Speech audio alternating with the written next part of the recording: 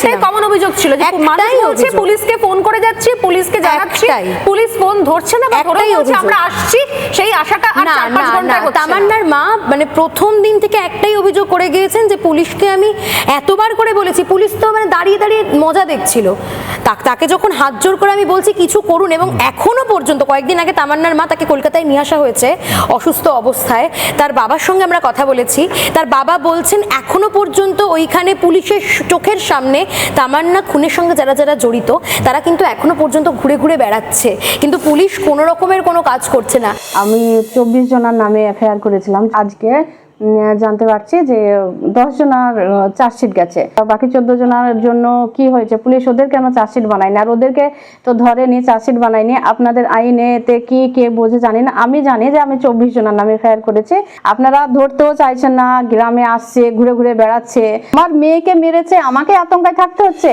এবং তার থেকে বড় আরো একটা আমি বলতে চাই, তো তোমারও মনে থাকবে, আমরা আরজি কর তো কেউ ভুলে যাইনি, আমরা আরজি করের ভ্যান্ডালিজমটা তো কেউ ভুলে যাইনি, সেই ভাঙচুরটা তো কেউ ভুলে যায়নি।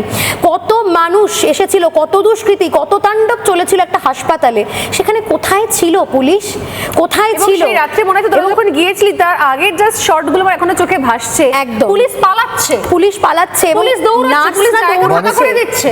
যাদের আইনে শাসন যারা বলবৎ করবে, যাদেরকে আইনে শাসন, যে প্রজাতন্ত্র তুমি কথা বলছিলে, সেই আইনে শাসন বলবৎ করা কেউ নেই, তারা নিজেরাই কি একদমই মানে তারা বলছে, তারা তো বলছে মানে নার্সরা যখন কাঁদতে কাঁদতে বলছেন যে ওই তো পুলিশ দাঁড়িয়ে রয়েছে, পুলিশ দাঁড়িয়ে রয়েছে, আমাকে কিছু দিন নার্সের পোশাক একদম আমি একদম লুকিয়ে দেবো। নার্সরা গিয়েছিলেন আরজি করের পেছন দিকে লুকানোর জন্য, কারণ পুলিশ তাদেরকে হেল্প করেনি। এই মুহূর্তে ছবি দেখাচ্ছি, সাংঘাতিক ছবি, এই মুহূর্তে সাংঘাতিক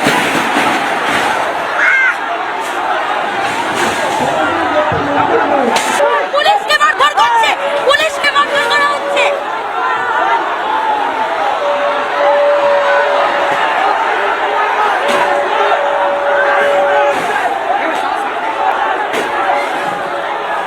বিশাখা আরজি করে ভাঙচুর, আরজি করে ভাঙচুর, আরজি করে সাংঘাতিক পরিস্থিতি।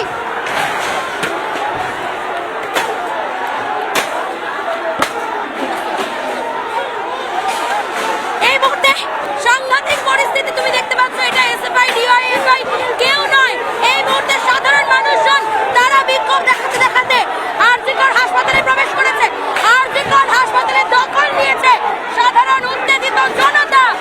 এই মুহূর্তে ছবি দেখাচ্ছি, বিশৃঙ্খল পরিস্থিতি, সাংঘাতিক পরিস্থিতি, ভয়ঙ্কর পরিস্থিতি আরজি কর হাসপাতালে। চেয়ার ভাঙচুর হচ্ছে, ব্যারিকেড ভেঙে তারা ঢোকার চেষ্টা করছে এই মুহূর্তে। পুলিশ দাঁড়িয়ে দাঁড়িয়ে দেখছিল, এবং সেখানে আমি ছিলাম, ময়ূকদাও পরে পৌঁছেছিল আরজি করে, এবং জায়গায় জায়গায়, এটা শুধু আরজি করে নয়, ভয়ঙ্কর মানে ওই রাতটাকেও ভুলবো না, ওই রাতটাকেও ভুলবো না। মানে আমার এখনো পর্যন্ত আমি ভাবলে আমার সত্যি গায়ে কাটা দেয় যে পুলিশকে আমি দেখতে পাচ্ছি যে পুলিশ কিভাবে দাঁড়িয়ে দাঁড়িয়ে দেখছে পুরো বিষয়টা, এবং এখানে মানে ওখানে অত হাজার হাজার লোক, তাদের হাতে রেল লাইনের সব বড় বড় পাথর, তারা ছুটছে, পুলিশ নিশ্চুপভাবে দাঁড়িয়ে রয়েছে, মানে পুলিশই ভয় পেয়ে দাঁড়িয়ে রয়েছে, পুলিশ কোনো অ্যাকশনই নিচ্ছে না। এবং এটা শুধু আরজি কর নয়, জায়গায় জায়গায় এটা চলছে। নানা ধরনের কন্টেন্ট দেখার জন্য লাইক করুন, শেয়ার করুন আমাদের ফেসবুক পেজ, সাবস্ক্রাইব করুন আমাদের ইউটিউব চ্যানেল, পাশাপাশি অন্যান্য ব্রেকিং নিউজের জন্য অবশ্যই চোখ রাখুন রিপাবলিক বাংলায়।